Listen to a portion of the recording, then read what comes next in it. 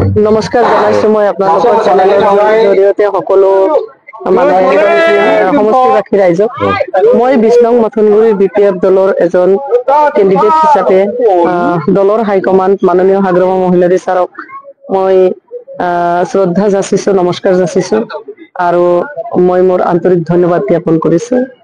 কাৰণ হাইকমাণ্ডে মোক ইয়াত আকৌ দ্বিতীয়বাৰৰ কাৰণে মনোনীত কৰি পেলাই পঠিয়াই দিছে। মই এই বস্তুটো লক্ষ্য কৰিছো যে সমষ্টিৰ 10টা প্ৰাইমাৰী আছে আমাৰ। প্ৰতিটো প্ৰাইমাৰীত যেতিয়া যাই পেলাই উপস্থিত হৈছো, প্ৰতিটো প্ৰাইমাৰীত সকলো সম্প্ৰদায়ৰ মানুহে এইবুলি আহি পেলাই সকলো মানুহে মোক আশীৰ্বাদ দিছে, মই আশীৰ্বাদ বিচাৰিছো, মোক আশীৰ্বাদ দিছে, পৰামৰ্শ দিছে আৰু তেওঁলোকে এটা আশ্বাস দিছে। মাননীয় হাগ্ৰামা মহিলাৰী ছাৰৰ প্ৰতি তেওঁলোকৰ এটা আস্থা আছে আৰু সেই আস্থাত তেওঁলোকে অনুভৱ কৰিছে যে এইবুলিও বিটিচি অঞ্চলত মাননীয় হাগ্ৰামা মহিলাৰী ছাৰ চিফ হ'ব লাগে আৰু মথনগুৰি সমষ্টিটো ইয়াতে বিপিএফ দল হিচাপে মানে জিকি পেলাই কোকৰাঝাৰত গৈ পেলাই সকলো জাতি সম্প্ৰদায়ৰ মানুহৰ হৈ পেলাই মই কাম কৰিব লাগে, অভাৱ অভিযোগবিলাক চাব লাগে। তাৰ কাৰণে যথেষ্ট এটা মোক মানে সাহস আৰু মোক পৰামৰ্শ দিছে। ইয়াৰ পৰা মই অনুভৱ কৰিব পাৰিছো যে মথনগুৰি সমষ্টিৰ এজন মনোনীত প্ৰাৰ্থী হিচাপে বিপিএফ দলত বিপিএফে এইবাৰ জিতাটো খাটাং হৈ গৈছে। আজি অকল এইটো গণেশ পূজাতেই নহয়, মই ইতিমধ্যে দক্ষিণ গণকগাৰী গণেশ পূজা মন্দিৰতো মই গৈছিলো। তাতেও আমাৰ বিশেষ কৰি তাতে অসমীয়া সম্প্ৰদায়ৰ মানুহখিনিয়ে গণেশ পূজা পাতিছে আৰু তাতে তেওঁলোকে মোক আশীৰ্বাদ দিছে।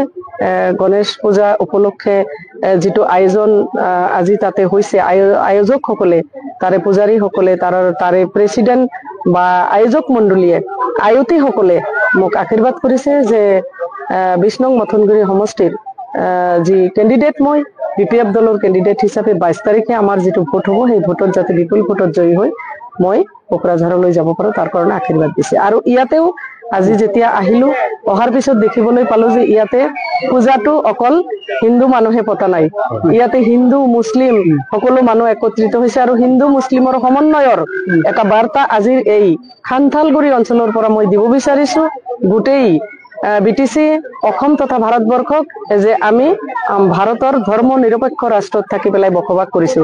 ইয়াৰে পূজা কমিটিও মোক যথেষ্ট আশীৰ্বাদ দিছে। ইয়াৰে ৰাইজে মোৰ লগত একত্ৰিত হৈ পেলাই তেওঁলোকে ইয়াতে মোক সঁহাৰি দিছে, সাহস দিছে আৰু গণেশ পূজাত উপলক্ষ কৰি পেলাই ভগৱানক সুঁৱৰি পেলাই তেওঁলোকে মোক আশীৰ্বাদ দিছে আৰু এই আশীৰ্বাদত মই আগন্তুক দিনত মোৰ জয় যাত্ৰা অব্যাহত থাকিব, মানে জয় যাত্ৰাটো মোৰ মানে অব্যাহত থাকিব। তাৰমানে মোৰ জয় যাত্ৰা চলি থাকিব। মোৰ অনুভৱ আমাৰ মানুহে একত্ৰিত হৈ পেলাই থাকি পেলাই মোক জিতাই লৈ যাব। প্ৰেক্টিকেলি মই অকল মই নহয়, ইয়াতে যিমান মানুহ আছে তেওঁলোকক সোধক, এই ৰাস্তাটোৰ কথা চিন্তা কৰক, বেছি দূৰ নহয়, এই ৰাস্তাটোৰ কথা চিন্তা কৰক। ইয়াতে মই যেতিয়া আহিলো, অহাৰ পিছত যিটো UPPL আৰু বিজেপিৰ গভমেন্ট আছিল, বিশেষ কৰি UPPL, কাৰণ প্ৰমোদ বড়ো চিফ এতিয়া ইয়াতে কি কৰিছে, প্ৰতিনিধিয়ে কিছুদিন আগত আহি পেলাই বোলে কৈ গৈছে আপোনালোকৰ যিটো মন্দিৰৰ মই কাম কৰিম আৰু এই ৰাস্তাটো খুব ধুনীয়াকে বনাই দিম। তাৰ পিছত বোলে আজিলৈকে আৰু আহি দেখাই কৰা নাই। ইয়াতে সাক্ষী মোক কৈছে।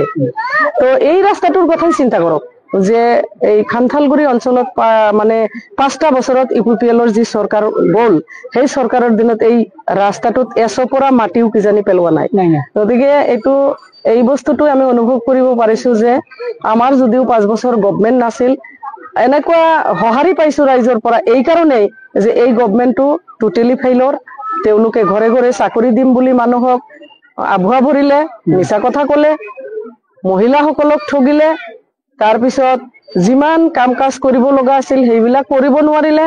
তেওঁলোকে মাত্ৰ টকা পইচা যিমান পালে সেই টকা পইচাবিলাক ফেষ্টিভেলৰ নামত কিবা কিবিৰ নামত খৰচ কৰি পেলাই ৰাইজক তেওঁলোকে কোনো মানে উন্নতি কৰিব নোৱাৰিলে। আৰু এটা কথা, আজি বিজেপি গভমেন্টৰ লগত তেওঁলোকে বিজেপিৰ লগত এটাচ হৈ পেলাই গভমেন্ট কৰিছে। আজি ইয়াতে যিটো 6th শিডিউল আৰু আমাৰ যিটো বেল্ট এণ্ড ব্লক, এই বস্তুটোৰ ওপৰতো যে আক্ৰমণ হৈছে, এই কথাৰ ক্ষেত্ৰত কিন্তু প্ৰমোদ বড়োক মই কোনো প্ৰত্যুত্তৰ কৰা দেখা নাই। গতিকে প্ৰমোদ বড়োৰ কোনো যোগ্যতা নাই। আজিৰ দিনত তেওঁৰ যোগ্যতা হেৰুৱাইছে সকলো জাতি সম্প্ৰদায়ৰ মানুহৰ পৰা যে BTC আকৌ শাসন কৰিব পাৰিব। গতিকে তেওঁ ছুপাৰ ফ্লপত পৰিণত হৈছে।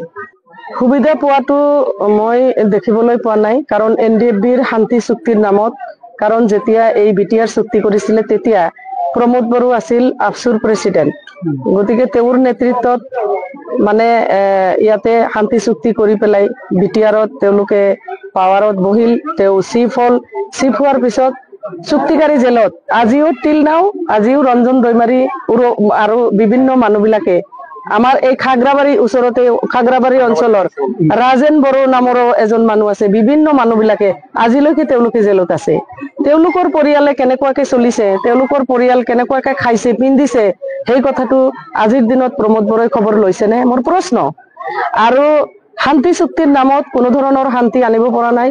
আমাৰ NDFB ভাইসকলে মোৰ লগত আমাৰ অঞ্চলত থকা বহুত মানে NDFBৰ আমাৰ ভাইসকলে মোৰ লগত বহিছে, কথা পাতিছে। তেওঁলোককো যে একেবাৰে মানে ঠগাইছে, তেওঁলোককো যে আভুৱা ভৰিছে, মিছা কথা কৈছে, তেওঁলোকে অনুভৱ কৰিছে। আৰু তেওঁলোকে এতিয়া সেইকাৰণে মাননীয় হাগ্ৰামা মহিলাৰী ছাৰক চিফ বনাই পেলাই তেওঁলোকৰ ওপৰত থকা কেছবিলাকো আজিলৈকে নিৰ্মূল হোৱা নাই। তেওঁলোকৰ ওপৰত থকা কেছবিলাক নিৰ্মূল কৰিব বিচাৰিছে। NDFB যিখিনি আমাৰ ৰঞ্জন দৈমাৰী চিগনেটৰী চুক্তিকাৰী তেওঁ জেলত আছে, তেওঁলোকক ওলাব বিচাৰিছে।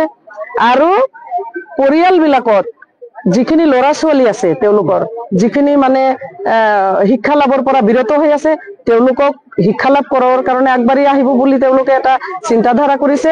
আৰু তেওঁলোকৰ প্ৰাপ্য অধিকাৰ এজ এ মেন হিচাপে, চুক্তিকাৰী হিচাপে আৰু সংগ্ৰামী সত্তা হিচাপে যিটো অধিকাৰ তেওঁলোকে হাগ্ৰামা মহিলাৰীৰ জৰিয়তে মানে পোৱাৰ আজি মানে আশা কৰিছে। গতিকে তেওঁ শান্তিৰ নামত কোনো ধৰণৰ ইয়াতে শান্তি প্ৰতিষ্ঠা কৰিব পৰা নাই। মানুহ এজন জেলত থাকিলে কি শান্তি প্ৰতিষ্ঠা কৰিব? গতিকে তেওঁ ইয়াত কোনো শান্তি প্ৰতিষ্ঠা কৰিব পৰা নাই। প্ৰমোদ বড়োৰ কোনো পৰিৱৰ্তনৰ কথা আজিৰ দিনত মানুহে তেওঁৰ মুখৰ কথা বিশ্বাস নকৰে, তেওঁৰ মুখৰ কথা নলয়।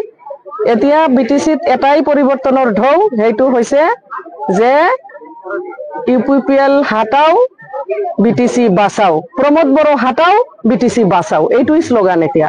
গতিকে এই ঢৌত এতিয়া এই BTCত কি মানে ইলেকশ্যন চলিছে আৰু ৰাইজে ইয়াৰ ওপৰত ভিত্তি কৰি পেলাই ৰাইজে আকৌ হাগ্ৰামা মহিলাৰী ছাৰক চিফ বনোৱাৰ কাৰণে আপোনালোকে দেখিবলৈ পাইছে ৰেলীবিলাক যেতিয়া ওলাই 25,000 30,000 এনেকুৱা মানুহবিলাক ওলাইছে। পৰিৱৰ্তনৰ ঢৌ সেইটো আছে আজি হাগ্ৰামা মহিলাৰী ছাৰৰ লগত। প্ৰমোদ বড়ো হাটাও BTC বাঁচাও। ঠিক আছে।